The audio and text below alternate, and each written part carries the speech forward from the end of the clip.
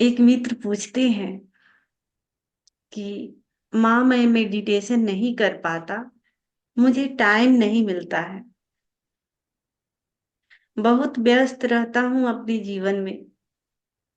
लेकिन जैसे तैसे टाइम निकालकर बहुत सारे योग प्राणायाम किए, बहुत सारे अनुभव मिले। और एक बार ऐसा हुआ कि हमने भांग खाए, और भांग खाने के बाद मैं गहरे समाधि में चला गया। उनका कहना है कि भांग खाने के बाद मैं गहरे समाधि में चला गया, और समाधि में जाने के बाद मैं डर गया। उसके बाद मैंने वो सब छोड़ दिया। कंटिन्यू मैं रात को श्वासों पर ध्यान देकर सोता हूँ। 6 घंटे का टाइम ही मुझे मिलता है सोने के लिए। अब आप ही बताएं कि आगे की साधना मैं कैसे करूं।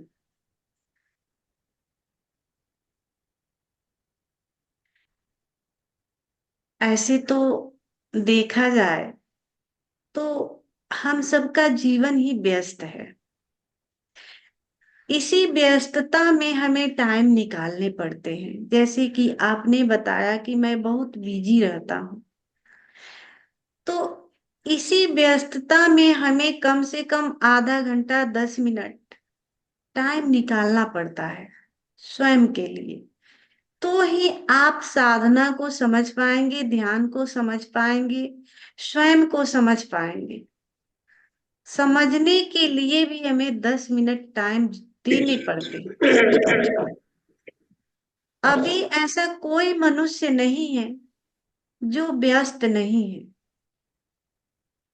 हम अगर चाहे कि हमारे पास टाइम अलग से निकल जाए, तो ऐसा नहीं है। स्वयं टाइम निकालने पड़ेंगे, तो ही निकल पाएंगे। और जैसा कि आपने कहा भांग मैंने खाया और मैं गहरे समाधि में चला गया, तो ये भांग के वजह से हुआ होगा, ये समाधि की घटना नहीं घटी होगी, जहां तक मुझे ऐसा लगता है। भांग या कोई भी नशीला पदार्थ व्यक्ति खाता है तो उसे लगता है कि मैं समाधि में चला गया, ऐसा नहीं है। अगर एक बार व्यक्ति समाधि में चला जाए तो वो घटना बार बार घटने लगती है। जब भी उसे याद करेगा, उस स्थिति में जाएगा, उसे घटने लगता है।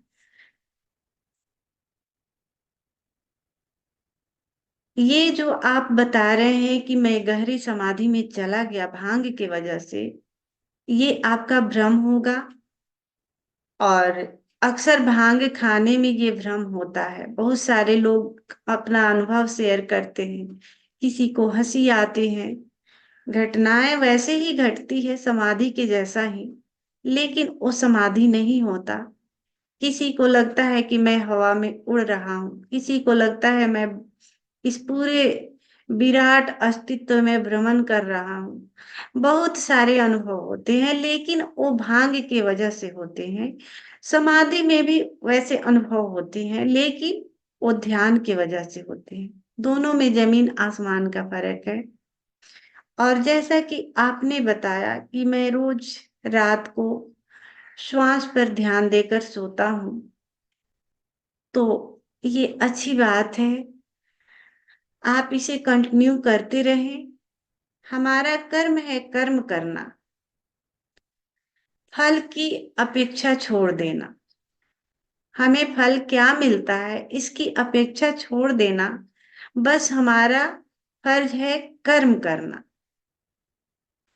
हम कर्म करते रहें और प्रतीक्षा करते रहें।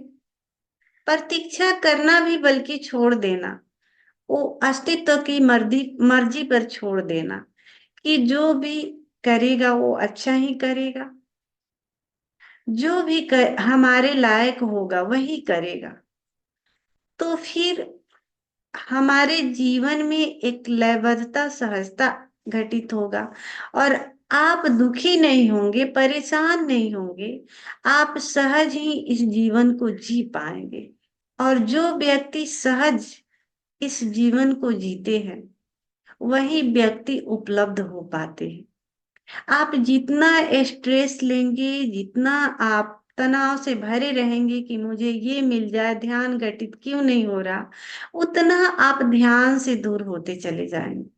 जितना आप अपने जीवन को सहज जिएंगे, उतना आप ध्यान के करीब होते चले जाएंगे। तो हमें घटित होता है, नहीं घटित होता है, ध्यान में गहरे कैसे जाए, इसको आप छोड़ ही दीजिए। आप अपना कर्म करें जो आपको करना है।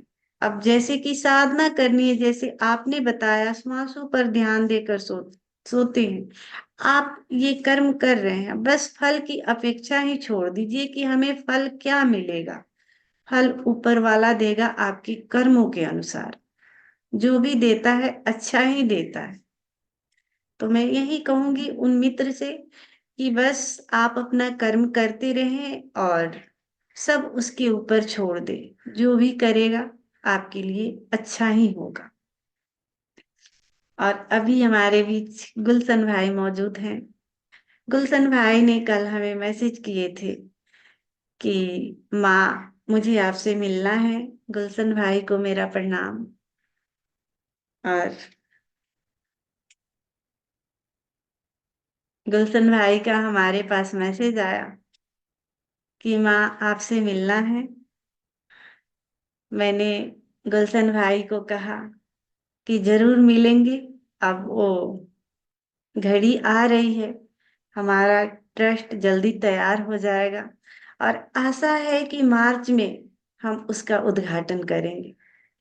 मार्च में तो मैं जरूर आपको बुलाऊंगी। और ये जो हम ट्रस्ट पर काम कर रहे हैं, ये निशुल्क सेवा देगी सबको। निशुल्क ऐसी हम व्यवस्था देंगे जहां साधक जिसके पास पैसे नहीं हो वो वहां आए, रहे, सुविधाएं मिलेंगी और वो अपनी साधना में गति कर पाए। ऐसी हमारी सोच है। ऐसी हम व्यवस्था देने देने के लिए सोच रहे हैं। तो शायद बहुत जल्द ये मतलब होने वाला है ये कार्य। और हो सकता है कि ये जो ओशो का संबोधि महोत्सव है, हम इस कार्य को बहुत जल्दी कर रहे हैं। अगर ये जनवरी तक हो जाता है, फरवरी तक, तो ओशो के संबोधि महोत्सव महोत्सव तक हम एक कैंप रखेंगे जिसका निशुल्क रखेंगे। उसका कोई चार्जेस नहीं होगा सभी मित्रों के लिए। तो आपको जल्द बुलाएंगे, बहुत जल्द आप आइए, हमसे मिलिए। हम भी मिलने के लिए मतलब सभी मित्रों से बहुत इच्छुक है, क्योंकि हम चाहते हैं कि हमारे ग्रुप से जो भी मित्र जुड़े हैं वो सभी यहाँ आए और सभी ध्यान का लाभ ले। हमारी यही सोच है। और जो भी साधक हैं, गहराइयों में जाना चाहते हैं, उन पर और गहरे कार्य करने का हमारा सोच है। तो बहुत जल्द मिलेंगे और आपकी समस्या दूर होगी ऐसा नहीं है। हमने अभी जैसा कहा कि बस कर्म करते रहिए, फल की अपेक्षा छोड़ दीजिए। और कर्म ऐसा हो कि सत्य के लिए हो, शुभ के लिए हो, सुंदर के लिए हो। जैसे हमारे भीतर सत्य, शुभ और सुंदर आता है, अस्तित्व साथ देने लगता है। आज का जो ध्यान हम करने वाले हैं,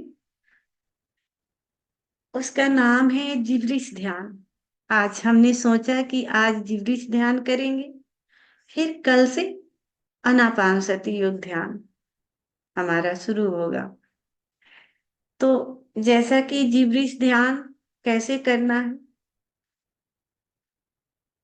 ओशो का गाइडेंस होगा। ओशो उसमें बोलते हैं, तो जैसे ओशो बोलेंगे और स्टार्ट होगा, तो हमें अनर्गल बातें बोलनी है। अनर्गल बात यानी जैसे एक छोटा बच्चा होता है, और जब बोलना स्टार्ट करता है तो कुछ भी बोलता है, माँ, ला, चा, पा, कुछ भी बोलता है।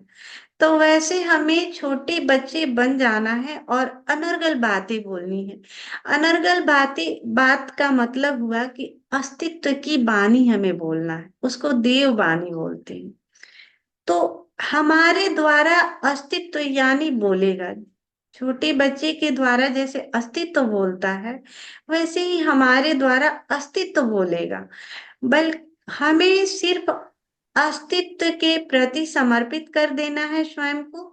जैसे हम स्वयं को अस्तित्व के लिए समर्पित करते हैं, तो अस्तित्व हमारे माध्यम से बहने लगता है। बस हमें छोड़ना मात्र है। और जैसे जैसे अस्तित्व बहना चाहे, हमें उसमें सहयोग देना है। यानी पहले स्टार्ट करना है और स्वयं को नहीं बचाना है, क्योंकि हम बचाते हैं तो ही अस्तित्व हमारे माध्यम से नहीं बह पाता। तो हम स्वयं को छोड़ देंगे, अस्तित्व को बहने देंगे स्वयं के माध्यम से। और जैसे अस्तित्व हमारे भीतर से बहेगा, तो वो सारी बातें अस्तित्व का निकलने लगेगा, जो हमें पता नहीं है। वो अनर्गल बातें होती है जिसका शब्द कोश में कोई भाषा नहीं है। तो ऐसे हमें बोलना है। ये 7 मिनट का होगा। उसके बाद शांत मौन बैठ जाना है। बस स्वयं के भीतर जो भी घटित हो उसे अनुभव करना है, यानी प्रेजेंट में जीना है। अभी यहीं इसी पल में क्या घटित हो रहा है, अभी यहीं इसी पल में जैसे मैं बैठा हूं उसे महसूस करना है। श्वास चल रही है उसे महसूस करना है। यानी थर्ड आई के माध्यम से महसूस, आपको दिखेगा, लगेगा कि श्वासें चल रही है, मैं बैठा हूँ, श्वासें चल रही है। अगर मन में कोई विचार आ रहे हैं उसे भी आने जाने देना है, यानी सिर्फ देखना है। उससे लड़ना नहीं है कि ये विचार क्यों आए, ये क्यों आए। बस अपना बोध प्रेजेंट में बनाए रखना है, यानी विचारों में नहीं खोना है, प्रेजेंट में बनाए रखना है अपना बोध। जो भी जैसे बाहर घटित हो रहा है, कहीं से कुछ आवाज आ रहा है, कुछ शोरगुल हो रहा है, कोई बच्चा चिल्ला रहा है, उसको भी हमें सिर्फ सुनना है। यानी बाहर की भी आवाजों से हमें डिस्टर्ब नहीं होना है। आवाजें आती है, कानों को टकराती है, फिर वापस चली जाती है। बस उसके प्रति भी हमें साक्षी बनाए रखनी है, दृष्टा बने रहना है। और स्वयं के प्रति सजग रहना है। तो आज का हमारा ये मेडिटेशन होगा। उसके पहले जैसे कि हम नृत्य से स्टार्ट करते हैं, तो पहले मैं ओशो का वीडियो लगाऊंगी, ओशो आएंगे, ओशो का हम स्वागत करेंगे। फिर एक छोटा सा संगीत के साथ हम नृत्य में डूबेंगे। यानी नृत्य में भी हम स्वयं को नहीं बचाएंगे, अस्तित्व को बहने देंगे, हमारे भीतर से नृत्य का जन्म होने देंगे।